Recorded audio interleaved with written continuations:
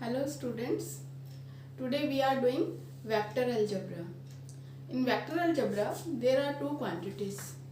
One is called vector, another is called scalar. So what is vector, what is scalar, what are these terms? So scalar is a quantity having magnitude only. ये आपने पढ़ा होगा definition. Vector is a quantity having magnitude and direction both. तो क्या है ये? देखो magnitude and direction both कैसे हो गया? अगर मैं बोलती हूँ कि आई ट्रेवल 240 किलोमीटर डिस्टेंस, कि मैं 240 किलोमीटर डिस्टेंस ट्रैवल करना है आज मुझे, तो ये एक स्केलर क्वांटिटी हो गई. और अगर मैं ये कहती हूँ कि आज मुझे दिल्ली जाना है सिरसा से और डिस्टेंस 280 या 240 किलोमीटर डिस्टेंस मुझे कवर करना है, तो अगर ऐसे बोलती हूँ एक पर्टिकुलर डायरेक्शन दे रही हूँ साथ में कि कहाँ से कहाँ जाना है, तो वो क्या होता है, वो वेक्टर क्वांटिटी हो जाती है. तो अब हम वेक्टर अलजेब्रा करेंगे, मीन्स वेक्टर्स की एडिशन, वेक्टर्स की मल्टीप्लिकेशन, कुछ अननोन है तो उसमें वो फाइंड आउट करना, डायरेक्शन कोसाइंस, डायरेक्शन रेशियोज, ये सब अब हम करेंगे इसमें. तो देखो ये मैंने बनाया है, ये आपका रेक्टेंगुलर, ये राइट हैंडेड कोऑर्डिनेट सिस्टम, मछली परपेंडिकुलर. देखो एक्स वाई जेड ये मछली परपेंडिकुलर होते हैं, तो कोऑर्डिनेट सिस्टम बोलते हैं इसको. तो इसमें ओ जो है मैंने ओरिजिन लिया है, और ओ के कोऑर्डिनेट्स, ओरिजिन के कोऑर्डिनेट्स हमेशा 0 0 0 होते हैं. एक एनी पॉइंट पी लिया मैंने, पी, इसके एनी पॉइंट पी, तो ये 3D में है ये पी, इसलिए इसके कोऑर्डिनेट्स कैसे होंगे, एक्स वाई जेड, ये इसके कोऑर्डिनेट्स होंगे. तो ओ पी, देखो यहाँ पे मैंने एक एरो लगाया है, जब एरो लगाते हैं तब ये डायरेक्शन मिल गई, मतलब मैं इसको ओ पी बोल रही हूँ. O P, O P, O P क्या है, ऐसे इसके ऊपर मैं एरो लगा रही हूँ. O P is the position vector. O P, O से पी तक, OP is the position vector. इसको हम हमेशा ही R से रिप्रेजेंट करेंगे. OP position vector represented by R. ये तो ये OP क्या है, ये एक वेक्टर हो गया, पोजीशन वेक्टर. O से है इसलिए इसको, इसकी पोजीशन क्या है, इसकी पोजीशन हो गई R. तो इसको हम कैसे लिखेंगे, कैसे बनाएंगे इसको, दिस इज इक्वल टू ये टू कोऑर्डिनेट्स है आपके पास, ये P और O. तो जैसे डिस्टेंस फॉर्मूला लेते हैं ना, तो ये डिस्टेंस फॉर्मूला लेना है यहाँ पे, x minus 0 its whole square plus y minus 0 its whole square plus z minus 0 its whole square under the root. ये आपका क्या है, पोजीशन वेक्टर R है, पोजीशन वेक्टर OP है. तो means R is equal to x square plus y square plus z square under the root. ये आपने लेना है अगर एक्स वाई जेड पॉइंट है तो. अब हम बात कर रहे हैं कुछ स्केलर और वेक्टर क्वांटिटीज की. अभी तो मैंने आपको एक जनरल एग्जांपल दिया था, लेकिन एग्जामिनेशन पॉइंट ऑफ व्यू से ये कई बार पूछा जाता है कि आपको क्वांटिटीज गिवन है और आपको बताना है ये स्केलर है या वेक्टर है. जैसे स्केलर क्वांटिटीज टाइम ले रहे हैं, टाइम, मास, डिस्टेंस, स्पीड. देखो टाइम हम बोलते हैं 10 o'clock, इसमें डायरेक्शन की कोई बात नहीं है, तो डायरेक्शन की कोई सेंस नहीं है इसमें. जैसे मास है, डिस्टेंस है, इतना डिस्टेंस कवर किया, ये एग्जांपल दिया ही है मैंने आपको स्टार्टिंग में. स्पीड की स्पीड से जा रहे हैं, तो ये सारे क्या है, स्केलर क्वांटिटी है. फोर्स, किस डायरेक्शन में फोर्स लग रहा है, आपको जो नॉन मेडिकल स्टूडेंट्स होते हैं उनको तो वैसे ही पता होता है कि कौन सी वेक्टर, कौन सी स्केलर क्वांटिटीज है. फिर भी जहाँ पर जो आर्ट्स कॉमर्स स्टूडेंट्स भी पढ़ते हैं वेक्टर अलजेब्रा, तो उसमें भी कोई ऐसी बात नहीं है कि उनको नहीं आ सकता. जैसे फोर्स क्या है पता है, एक पर्टिकुलर डायरेक्शन में फोर्स लग रहा है, वेट, फोर्स ऑफ ग्रेविटेशन इसमें लगता है, तो इसलिए क्योंकि W is equal to mg, m for mass, g, ये ग्रेविटेशन लगता है डायरेक्शन में डाउनवर्ड्स, तो इसलिए इसको भी वेक्टर क्वांटिटी माना जाता है. ऐसे ही वेलोसिटी, ये भी क्या है, वेक्टर क्वांटिटी होती है. तो कुछ एग्जांपल्स हैं स्केलर और वेक्टर क्वांटिटीज के. तो इस टाइप के क्वेश्चंस आते हैं. आपको ये बताना है, रिप्रेजेंट करना है 40 kilometre 30 degree to the west of south. ये आपका north west, east west, north south, east west इस सिस्टम है। तो इसमें क्या है कि represent 40 kilometre to the west of south. South के वेस्ट की तरफ चलो, ये वेस्ट है, इधर साउथ के वेस्ट की तरफ चलेंगे। एक ऐसे आप लाइन लगा लेंगे इस तरह से, इसके ऊपर लिख देंगे 40 किलोमीटर। यहाँ पे एरो लगाने का मतलब डायरेक्शन है, और यहाँ पे एंगल बना देंगे 30 डिग्री। अभी अगर ये मैं ऐसे लिखती हूँ कि 60 degree represent 45 kilometre 60 degree to the east of north, to the east of north represent 40 kilometre 60 degree to the east of north. कैसे करेंगे?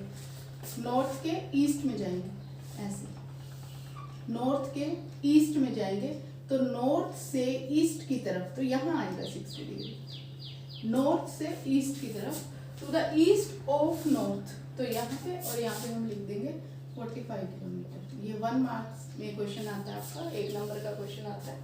तो इस तरह से आपने रिप्रेजेंट कर देना है किसी को। कोई भी आपको इस तरह की स्टेटमेंट दी होती है तो कुछ भी आ जाए, जैसे आपके पास आ जाता वेस्ट ऑफ नॉर्थ, तो फिर आप यहाँ ले लेते, यहाँ ले लेते, यहाँ पे ये एंगल आ जाता, ठीक है। तो इस तरह से ये क्वेश्चंस आप कर सकते हैं। उसके बाद आते हैं कुछ डेफिनेशंस। जैसे कि अभी मैंने स्टार्टिंग में आपको बताया पोजीशन वेक्टर, तो पोजीशन वेक्टर यही है जो ओपी अभी हमने किया है कि ओरिजिन से उस पॉइंट को मिला लेते हैं, ओरिजिन से इस पॉइंट को मिला दिया और ओपी के आगे ये पोजीशन वेक्टर आ गया, इसकी पोजीशन है विद रिस्पेक्ट टू ओरिजिन, तो इसको पोजीशन वेक्टर लेना है। तो जो जितने भी पोजीशन वेक्टर लेते हैं हम विद रिस्पेक्ट टू ओरिजिन लेते हैं उस पॉइंट की पोजीशन, राइट। तो पोजीशन वेक्टर को एक्स के प्लस वाई के प्लस जेड के अंडर द रूट से रिप्रेजेंट करते हैं। इसके बाद आता है को इनिशियल वेक्टर्स। देखो जिनका इनिशियल पॉइंट सेम है, जैसे ये वेक्टर है, मैं ये वेक्टर बोल रही हूँ, ओ पी वेक्टर है, तो ओ इसका इनिशियल पॉइंट है और पी इसका टर्मिनेटिंग पॉइंट है, टर्मिनल पॉइंट है। तो जिन वेक्टर्स का इनिशियल पॉइंट सेम है उनको बोलेंगे हम को इनिशियल वेक्टर्स। देखो इस डायग्राम में ये देखो बी, सी और डी, इन तीनों का इनिशियल वेक्टर सेम है, तो इसलिए इनिशियल पॉइंट सेम है इन तीनों का, बी, सी और डी का। तो बी, सी और डी ये क्या है? ये को इनिशियल वेक्टर्स हैं। कोलिनियर कोलिनियर वेक्टर्स क्या होते हैं? कोलिनियर वेक्टर्स होते हैं parallel to the same line, जो एक ही लाइन के पैरेलल में हो। देखो कौन कौन से vector parallel to the same line है? ए और सी दिख रहे हैं, डी भी parallel to the same line है, एक ही लाइन। अगर मैं एक लाइन ये बना लेती हूँ सपोज, तो देखो ए भी इसके पैरेलल है, सी भी इसके पैरेलल है, डी भी इसके पैरेलल है। तो कोलिनियर वेक्टर्स हो गए ए, सी और डी, ये कोलिनियर वेक्टर्स हो गए। इक्वल वेक्टर्स जिनका मैग्नीट्यूड और डायरेक्शन दोनों सेम हो, मैग्नीट्यूड इक्वल हो, डायरेक्शन सेम हो। जैसे यहाँ पे मान लिया ये 2 लिख देती हूँ, ये भी मैं सी भी इक्वल टू 2 लिख देती हूँ इसका मैग्नीट्यूड, तो ए और सी क्या हो गए? इक्वल वेक्टर्स हो गए। नेगेटिव वेक्टर्स क्या होते हैं? वैसे तो उसकी जो मैग्नीट्यूड है वो सेम हो लेकिन डायरेक्शन अपोजिट हो, जैसे डी है, D is a negative of C. से जीरो वेक्टर क्या होते हैं? जीरो वेक्टर में क्या होता है? उसका मैग्नीट्यूड जीरो होता है, और मैग्नीट्यूड जीरो होता है, डायरेक्शन क्या होगी जीरो वेक्टर की? क्या मानते हो आप डायरेक्शन क्या होनी चाहिए? डायरेक्शन हम बना ही नहीं सकते हैं, डायरेक्शन के बारे में हम बात ही नहीं कर सकते हैं। जीरो वेक्टर की डायरेक्शन हम डिटरमिन नहीं कर सकते हैं जीरो वेक्टर की, उसका मैग्नीट्यूड जीरो होता है। और यूनिट वेक्टर क्या होता है? यूनिट वेक्टर होता है जिसका मैग्नीट्यूड 1 हो, डायरेक्शन होती है और मैग्नीट्यूड 1 है, तो कहीं भी डायरेक्शन देने के लिए हम यूनिट वेक्टर से मल्टीप्लाई कर देते हैं पर्टिकुलर डायरेक्शन देने के लिए, क्योंकि वो होता है डायरेक्शन के लिए। मैग्नीट्यूड तो 1 है, उसको मल्टीप्लाई करेंगे जिस वेक्टर को हम डायरेक्शन दे रहे हैं।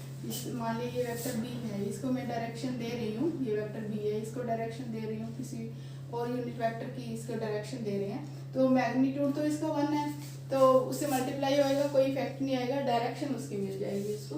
तो ये यूनिट वेक्टर का काम होता है। तो इस तरह से हमने ये जस्ट स्टार्टिंग की डेफिनेशंस और बेसिक्स किए हैं, और इससे आपका कुछ 1 मार्क के क्वेश्चंस भी कवर हो जाते हैं इसमें, जो अभी हमने किया है। तो अभी हम कर रहे हैं इसके बाद direction cosines. Direction cosines,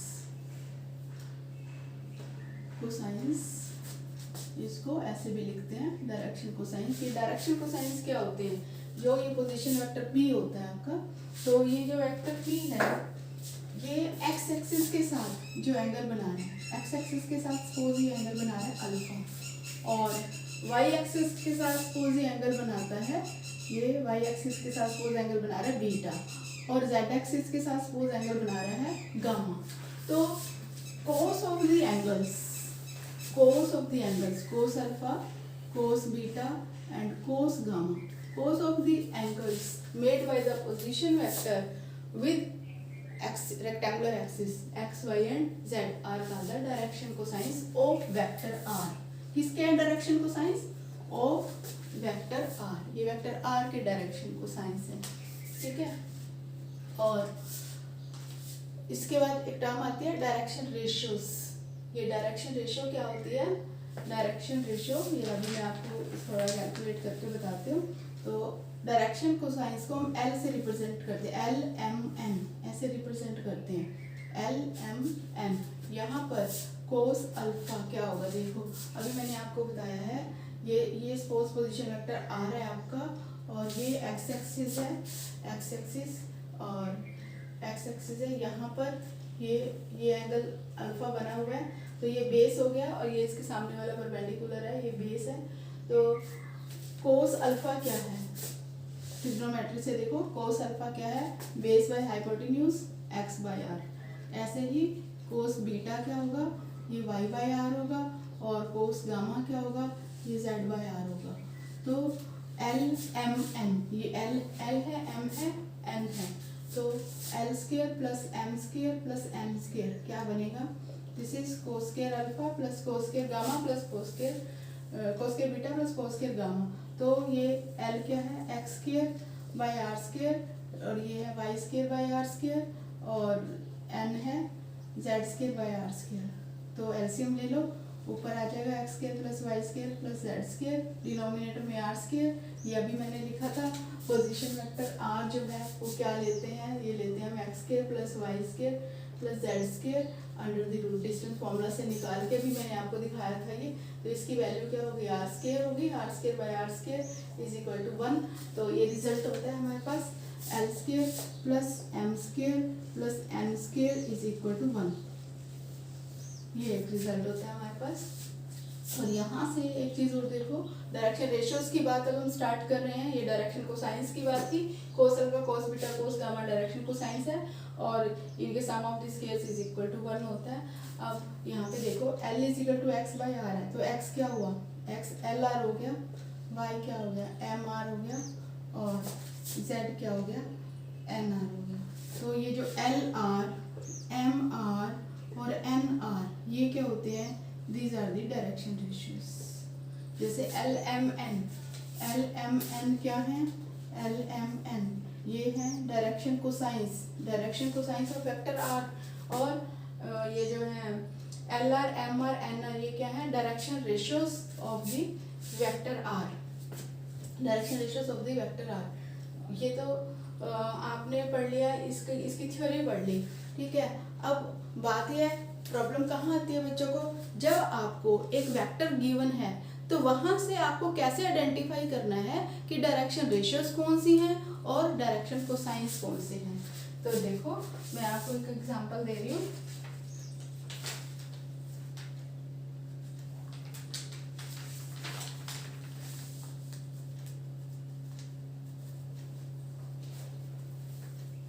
example दे रही हूँ मैं आपको, देखो vector A is equal to 2i plus 3j plus k, ये वेक्टर है। अब इसमें ये i j k क्या है, पहले मैं आपको ये बता देती हूँ, ये i j k क्या है।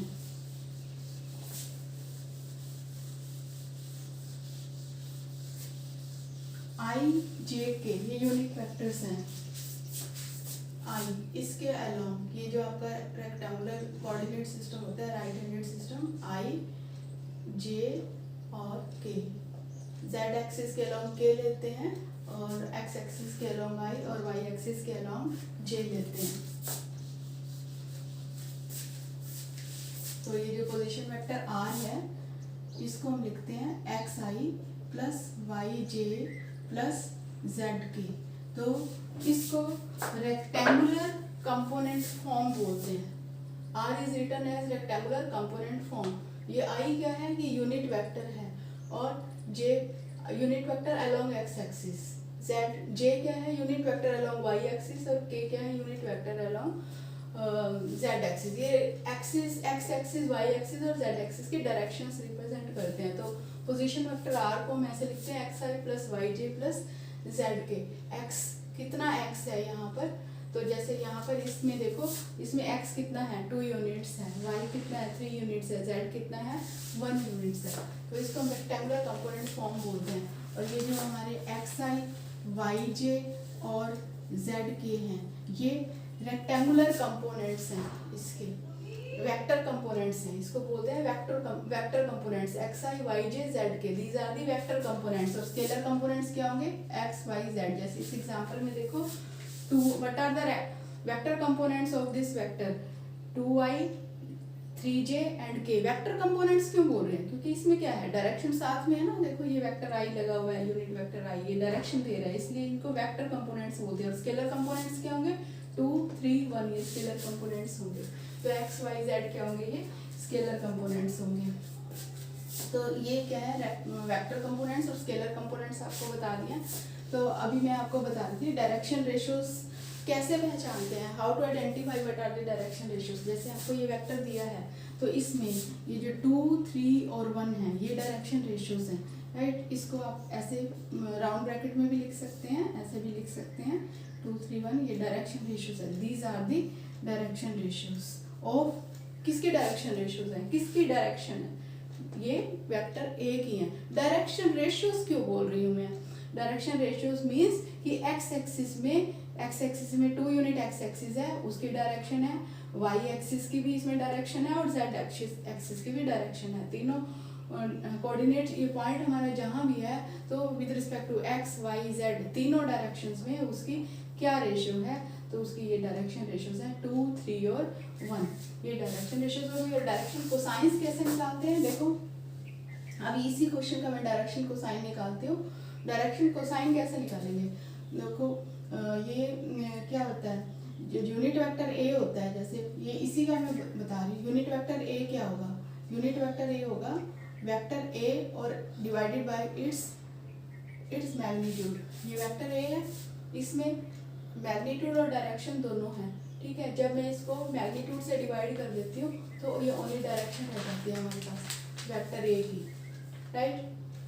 तो इस क्वेश्चन में मैं पहले मैग्नीट्यूड ए का मैग्नीट्यूड निकालती हूँ। ए का मैग्नीट्यूड कैसे निकालते हैं, जैसे अभी आर का मैंने बताया था आपको x square plus y square plus z square under the root. तो यहाँ पे आ जाएगा 2 square plus 3 square plus 1 square under the root means 3 2 2 4 plus 9 4 plus 9 13 plus 1 14 root 14 आ गया ये आपके पास। तो यूनिट वेक्टर ए क्या होगा, यूनिट वेक्टर ए होगा ये हमारे पास यहाँ पर 2 यूनिट वेक्टर है, इसी को ही लिख रही हूँ मैं ए बाय मोड ए क्या है आपका 2i plus 3j plus k by root 14, ठीक है। इसको लिख लो अलग अलग लिख लो component wise 2 by root 14 i plus 3 by root 14 j plus 1 by root 14 k. आपने ये यूनिट वेक्टर लिख लिया, राइट। तो यूनिट वेक्टर क्या करता है, डायरेक्शंस देता है।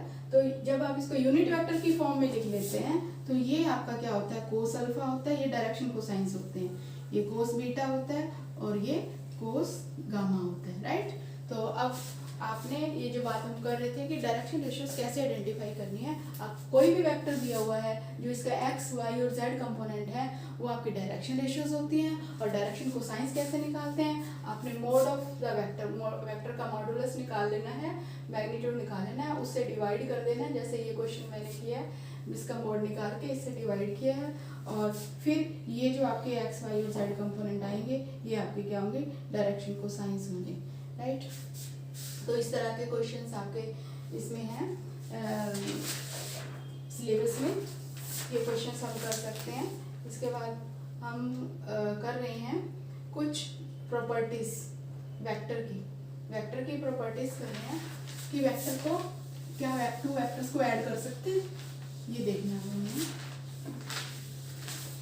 जैसे देखो अलजेब्रा में हम ऐड कर सकते हैं, मैट्रिक्सेस में हम टू मैट्रिक्सेस को ऐड कर सकते हैं। तो नेचुरल सी बात है कि अगर हम वेक्टर्स की बात कर रहे हैं तो वेक्टर्स में भी देखेंगे ना कि क्या टू वेक्टर्स को ऐड कर सकते हैं।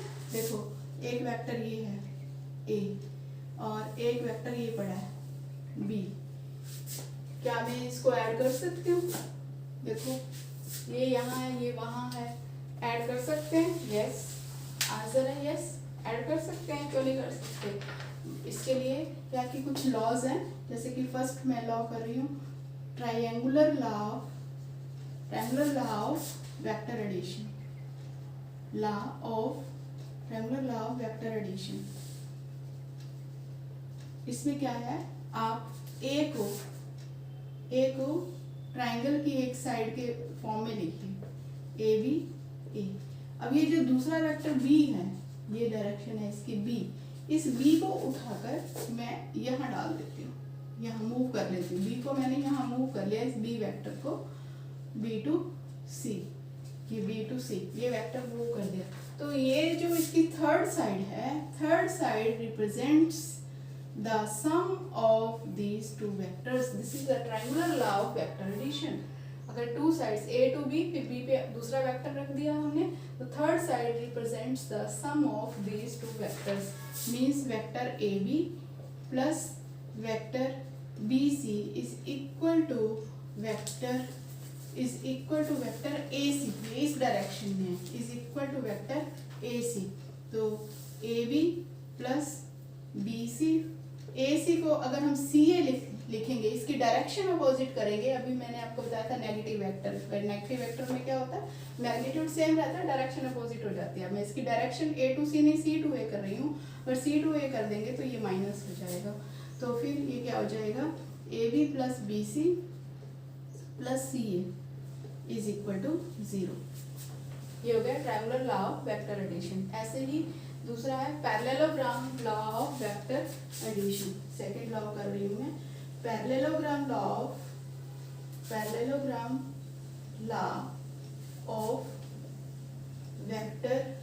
एडिशन।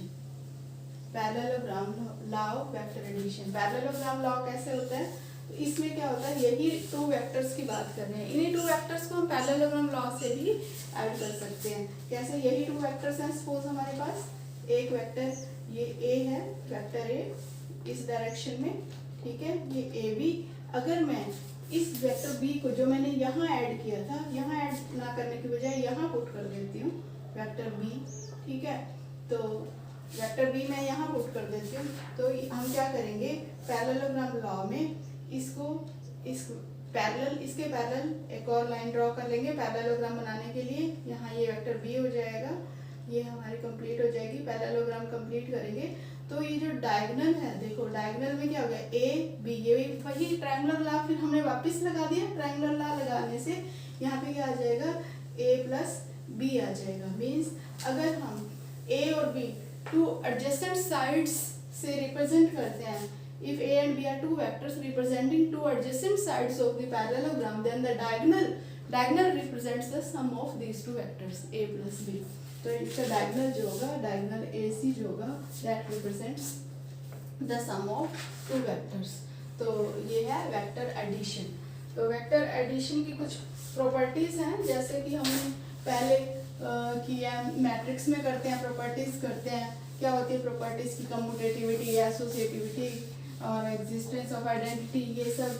तो ये सब इसमें भी उसी तरह से है कि vector addition is commutative, means A plus B, अगर टू वेक्टर्स लेंगे, इनका सम लेंगे A प्लस बी, तो B प्लस A करेंगे तो B इक्वल आएगा। This is the commutativity. ऐसे ही vector addition is associativity, means पहले इन दोनों को ऐड करेंगे, फिर इसमें ऐड करेंगे, या फिर पहले A और B को ऐड करेंगे, फिर C को ऐड करेंगे, तो ये इक्वल होंगे। Vector addition is also associative. ऐसे ही अगर हम जीरो वेक्टर ऐड करते हैं तो ये वापस वेक्टर वही आता है,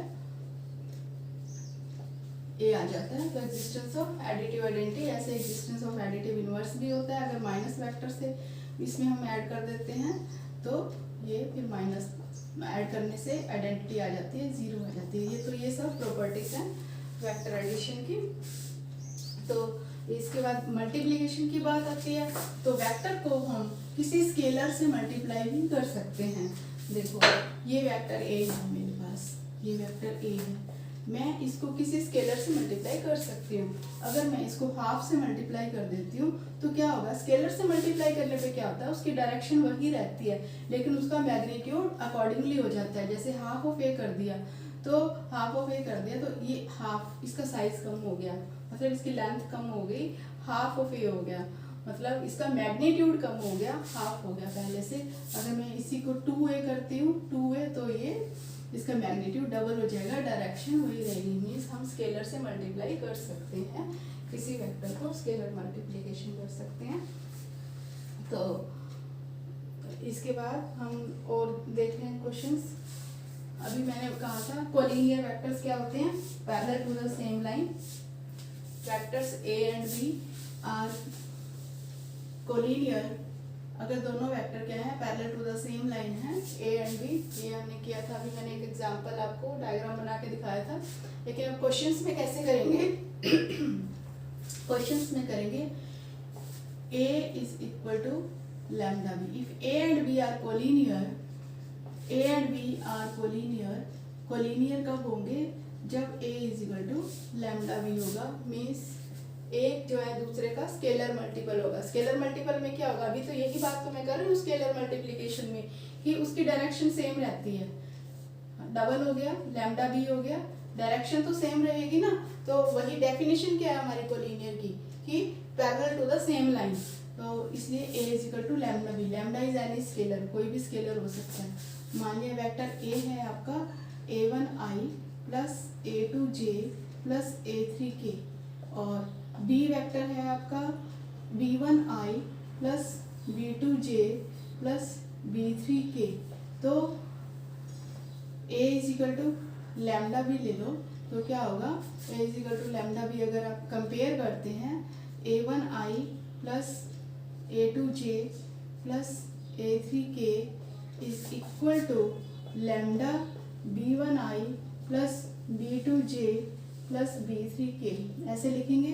फिर आपको पता है स्केलर मल्टीप्लिकेशन में हम क्या कर सकते हैं, हर कंपोनेंट के साथ ही मल्टीप्लाई होगा। Lambda b1 plus lambda b2 plus lambda b3k।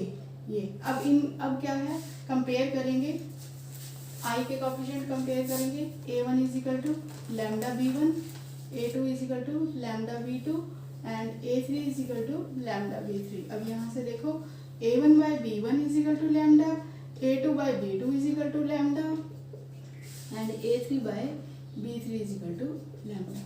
तो जब a और b कोलिनियर वेक्टर्स हैं तो हम इस तरह से ये रिजल्ट करते हैं, a1 by b1, a2 by b2 and a3 by b3 is equal to lambda. Means a is equal to lambda b। एक बात हो रहा है कि आप b is equal to lambda a भी लिख सकते हैं, एक ही तो बात है। देखो b इज इक्वल टू, यहाँ से देख लो चाहे आप, b इज इक्वल टू क्या, 1 बाय लैम्डा a। लैम्डा क्या है, लैम्डा एक स्केलर है। मान लिया लैम्डा 4 है, 4 एक रियल नंबर है, तो 1 बाय 4 भी तो रियल नंबर ही होगा ना। तो आप a is equal to lambda b या b is equal to lambda a कुछ भी ले सकते हैं, कोई भी रिजल्ट आप यूज कर सकते हैं। तो अब हमारा इस टॉपिक में कुछ क्वेश्चंस रिमेनिंग है। एक दो क्वेश्चंस मैं आपको करवा देती हूँ कि वेक्टर्स के क्या क्वेश्चंस बनते हैं। जितना हमने डिस्कस किया है, जितना हमने थ्योरी डिस्कस किया है, इस पे किस टाइप के क्वेश्चंस बनते हैं। एक क्वेश्चन तो मैंने आपको करवा दिया अभी कि find the direction ratios and find the direction ratios and find the direction cosines. Direction ratios आप डायरेक्ट वहाँ से उठा लेते हैं, डायरेक्शन कोसाइंस के लिए मैग्नीट्यूड निकालकर और उससे आप डिवाइड कर देते हैं। एक इस टाइप का क्वेश्चन आता है। और एक क्वेश्चन बनता है find the value of x y z so that the vectors A and B are equal. जैसे वेक्टर ए आपको गिवन है, this is x I plus y J plus z K, ये वेक्टर ए है। और B आपको given है, B है आपको 2i प्लस वाई जे प्लस के। तो find the value of x y z so that such that the vectors are equal. ये दोनों वेक्टर्स इक्वल गिवन है। Vectors are equal given means their vector components are given, vector components are equal, component wise equal है। इनको compare करेंगे, जैसे आई और आई का कोएफिशिएंट कंपेयर करेंगे तो एक्स इज इक्वल टू 2 आ जाएगा और जेड इज इक्वल टू के आ जाएगा।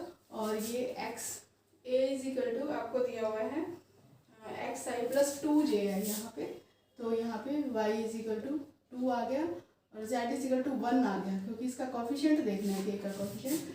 तो x is equal to 2, y is equal to 2 और जेड इज इक्वल टू 2। तो इस टाइप के क्वेश्चंस आपके बन सकते हैं। बाकी यूनिट वेक्टर वाला क्वेश्चन मैंने आपको करवा दिया है। एक क्वेश्चन में और आपको यूनिट वेक्टर का करवा देती हूँ। Find a vector in the direction of, find a vector in the direction of vector this I minus 2j. Find a vector in the direction of this vector having magnitude 7 units. देखो ये अभी theory हमने discuss की थी कि एक vector है आपके पास, आपने दूसरे वेक्टर के डायरेक्शन में उसको with that magnitude find out करना। Find a vector in the direction of this with magnitude 7 units. तो आप क्या करेंगे, पहले उसकी डायरेक्शन निकालेंगे। डायरेक्शन निकालने के लिए आप क्या करेंगे, दिस बाय मैग्नीट्यूड ऑफ ए, अभी हमने किया था, इसकी डायरेक्शन निकल जाएगी इससे आई माइनस 2j और इसका मैग्नीट्यूड क्या होगा, मॉड ऑफ ए क्या होगा, mod of A is equal to 1 plus 2 टू ज़ 4 अंडर द रूट 5 हो जाएगा, राइट। तो ये हो जाएगा 1 बाय रूट 5 माइन I, 1 by root 5 I minus 2 by root 5 J. अब ये तो डायरेक्शन हो गई। Find the vector in the direction of this, तो इसकी हमने डायरेक्शन निकाल ली। और विद मैग्नीट्यूड 7 यूनिट्स, वेक्टर क्या होता है, मैग्नीट्यूड एंड डायरेक्शन। तो डायरेक्शन ये आ गई मैग्नीट्यूड 7, तो ये वेक्टर जो आपका रिक्वायर्ड वेक्टर है वो बी होगा, वो ये होगा 7 और इसके साथ ये 7 के साथ इसको मल्टीप्लाई कर देंगे तो 7 रूट 5 आई माइनस 2 रूट 5 जे। तो मोस्ट ऑफ द क्वेश्चंस हमने बेसिक्स क्वेश्चंस कर लिए हैं, तो बाकी जो है फिर हम नेक्स्ट लेक्चर में करेंगे। Thank you.